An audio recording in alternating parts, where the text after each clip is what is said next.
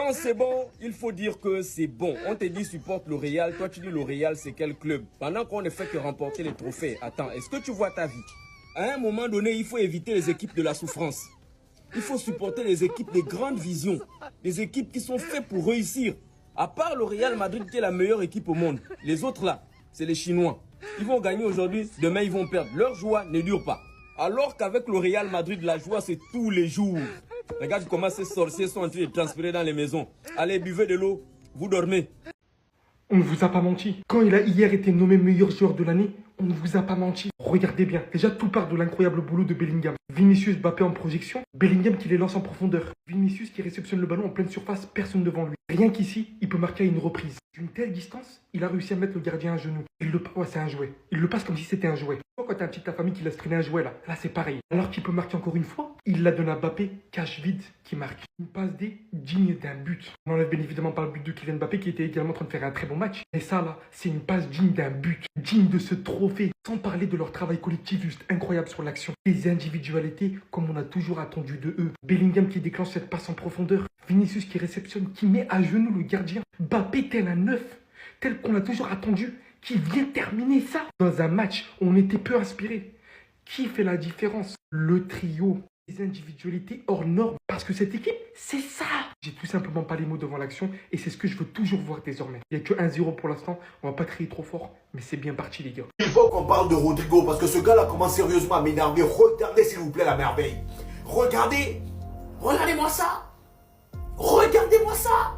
Franchement. Vous savez pourquoi ce mec-là m'énerve? Ça fait maintenant des années qu'on le voit jouer. On sait de quoi il est capable, mais il n'a pas faim. Il n'a pas faim. Quand je vois celui qui vient de marquer là, je peux pas m'empêcher de dire que lui là, tu le mets en gemme pendant 50 jours. À son retour, il devient le meilleur joueur du monde. La saison dernière, on a tous vu ce qu'il était capable de faire sur son côté gauche. Et il est trop mignon. Kylian Mbappé est venu, il s'est imposé. Jude Bellingham est venu, il s'est imposé. Lui qui est là depuis, il s'endort. Voilà, ils sont tous passés. Même les pénaltys là, il les a laissés. Il est trop mignon. Il est trop mignon. Regardez un peu comment elle a lavé la défense de Pachuca. Côté gauche, il vient, il est là, il fait semblant de tirer. Mais sauf que non, face à l'aide, le gars, il a écarté ses jambes pour rien. Il vient sur son côté droit, le mangeur de tacos là a voulu récupérer le ballon. Mais Rodrigo a dit non, mon frère, tu attends. Et là, regardez-moi l'enchaînement, s'il vous plaît. Quel enroulé. Avec ça, vous voulez me faire croire que lui, là, techniquement parlant, le jour où il commencera à avoir faim, il sera pas meilleur que Vinicius, les Kylian Mbappé, tout ça. Il lui manque que ça. Et moi, je pense que quitte à l'envoyer faire un tour chez Ferran Torres, on sait tous qu'il va aller chercher là-bas. Voilà. Comme ça, moi, le marabout de Ferran Torres va s'occuper de lui parce que là, il est trop rassasié, il est trop mignon et moi j'aime pas ça. L'homme des grands rendez-vous, on a voulu lui faire croire que c'était pas lui le meilleur joueur au monde. Combien de finales à son actif? Regardez-moi les stats de Taré s'il vous plaît. Préparez un Doliprane parce que ça fait mal à la tête. 12 finales jouées, 11 finales gagnées. Sur 12, il en a gagné 11. Est-ce que vous vous rendez compte déjà? Et parmi ces 11 gagnés, le gars a marqué 8 buts. En gros, lui, c'est pas un figurant. Quand il vient, c'est pour marquer. Quand il vient, c'est pour briller. 8 buts et 6 passes décisives.